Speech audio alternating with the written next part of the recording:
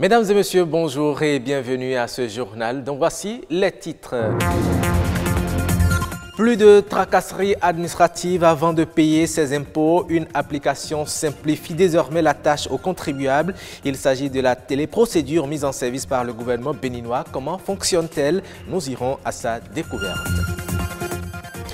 Il ne sait plus que d'urinoir à ciel ouvert au marché d'Antokpa. Le parking automobile déguerpi il y a quelques mois est dans un état piteux où usagers et riverains sont contraints d'inhaler des odeurs suffocantes. Et puis les zones humides possèdent d'énormes avantages écologiques. Elles réduisent les effets de phénomènes extrêmes comme les inondations, les sécheresses et les tempêtes sur les populations. Vous suivrez un reportage réalisé à cet effet. À nouveau, bonjour mesdames et messieurs. Nous démarrons cette édition par cette information en bref. C'est aujourd'hui que s'ouvre à Beijing le sommet Chine-Afrique. De nombreux chefs d'État africains, dont celui béninois, y prennent part. La Chine affiche son engagement à travailler plus fermement avec les pays africains pour les soutenir dans leur développement économique et social. Le président chinois, qui a reçu son homologue béninois, a noté qu'il était disposé à échanger des expériences sur la gouvernance, à améliorer les relations avec le Bénin et à développer conjointement la ceinture et la route pour en faire un nouveau lien entre les deux pays aux civilisations anciennes. À l'issue de leur rencontre, les deux présidents ont assisté à la signature d'accords de coopération bilatérale.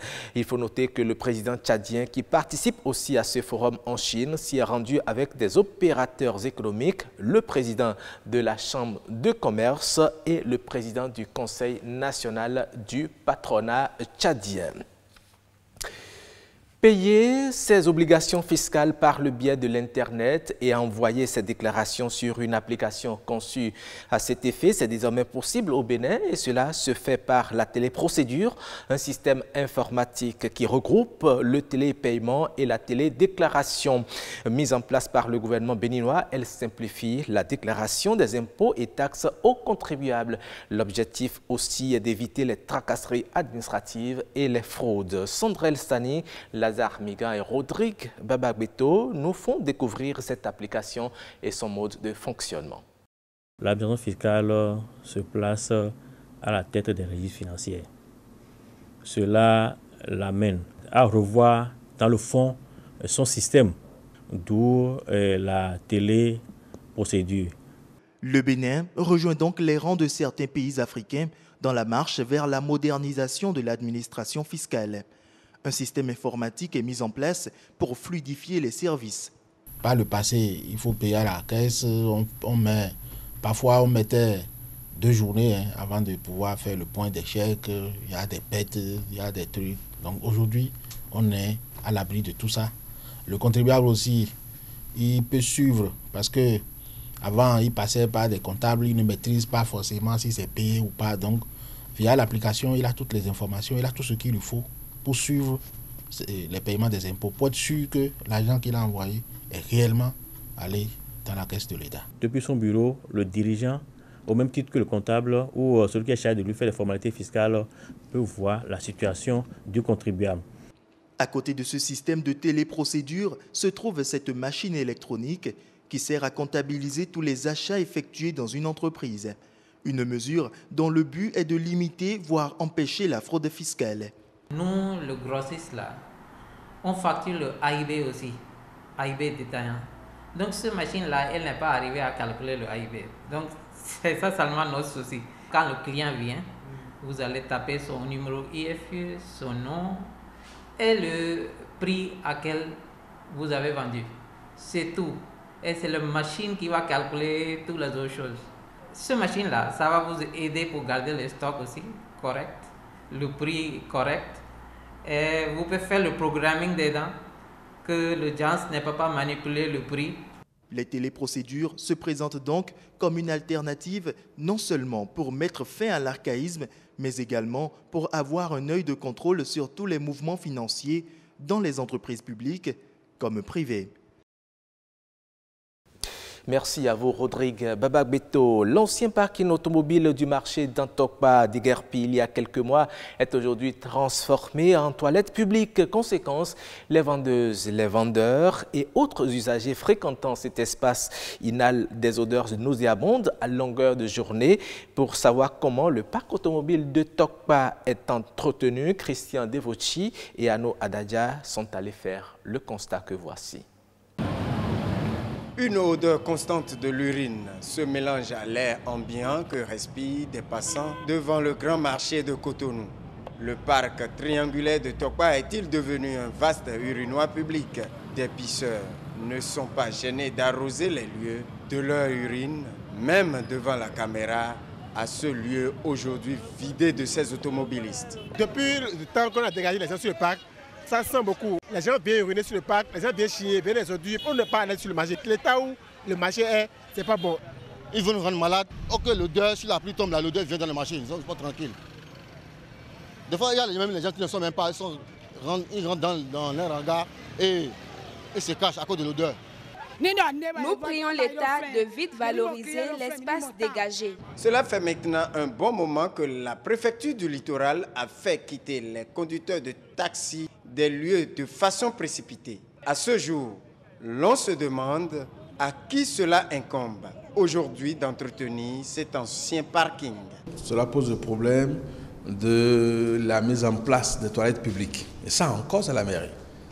Nous, au niveau de la préfecture, ne sommes pas l'opérationnel. Et comme je viens de le dire, c'est des problèmes qu'il faut poser, c'est des problèmes qu'il faut résoudre de façon méthodique, de façon progressive. Et je pense que le maire Cotonou fera face à sa responsabilité en cette matière-là. À présent que l'autorité préfectorale semble jeter la balle au maire, que dit la première autorité de Cotonou? Effectivement, le parc triangulaire était géré par la mairie de Cotonou, mais depuis un moment, je pense que c'est confié à la direction générale de la SOGEMA.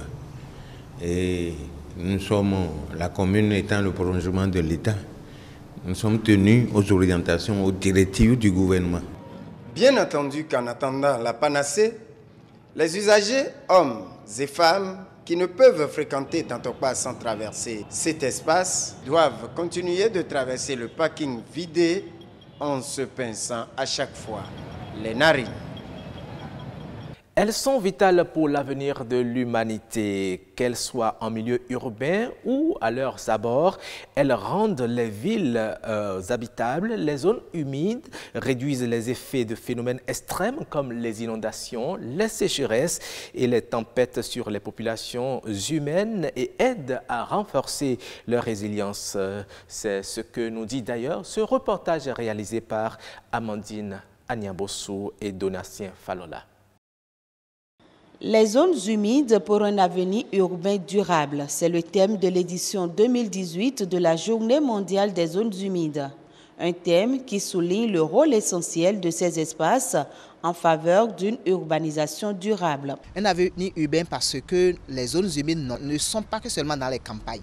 Nous avons dans des centres urbains tels que Cotonou par exemple, et le lac Nokwe, la commune de Semenkodi, la commune de Calavi occupent une grande partie de Beige, donc du lac Nokwe qui est une zone humide.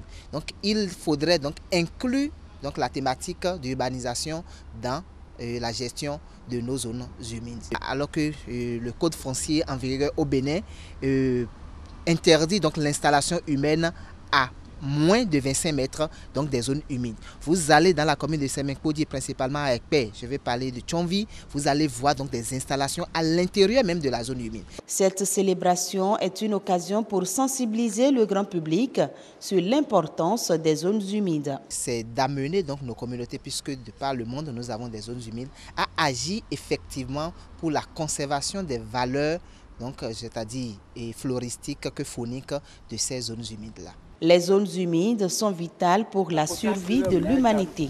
Les zones humides jouent plusieurs rôles pour l'humanité. Déjà, les zones humides sont une ressource en eau, mais également assurent l'assainissement de cette eau-là. Les zones humides sont des réserves de protéines. Les zones humides constituent également un mécanisme pour régler les inondations mais également sont très importantes dans l'agriculture, sont très importantes dans la lutte contre les changements climatiques, autant de raisons pour lesquelles les zones humides doivent être protégées. La préservation et la gestion durable des zones humides est une obligation légale. Ce type d'écosystème représente un patrimoine écologique, sociologique et économique et un enjeu indéniable pour l'avenir. Et on finit ce journal par ce scandale dans le domaine du sport au sein duquel le Bénin se retrouve pieds et mains liés suite aux résultats des examens IRM, entendez imagerie par résonance magnétique, et le test de cardiologie effectué sur les joueurs des nations participant aux éliminatoires de la Coupe d'Afrique des Nations des moins de 17 ans au Niger. La CAF a révélé que plusieurs joueurs, dont 2 Ivoiriens, un Nigérien, 2 Nigérians et 10 Béninois, ont triché sur leur âge. Par conséquent, ils sont disqualifiés pour prendre part à la compétition.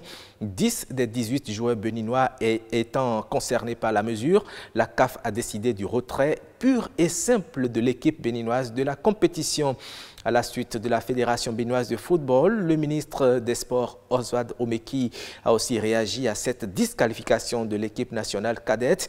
Une triste nouvelle, selon l'autorité ministérielle, qui promet aux responsables de cette affaire des sanctions à la hauteur de l'humiliation subie par le Bénin. Ce qui s'est passé à Niamey est inadmissible, s'indigne le ministre. Pour lui, il est évident qu'en de pareilles circonstances, les responsabilités soient situées et les responsables sanctionnés, quel que soit leur rang et leur position. Ainsi prend fin ce journal, mesdames et messieurs. Merci de l'avoir suivi. Prochain rendez-vous de l'actualité ce soir à partir de 19h45. D'ici à là, portez-vous bien.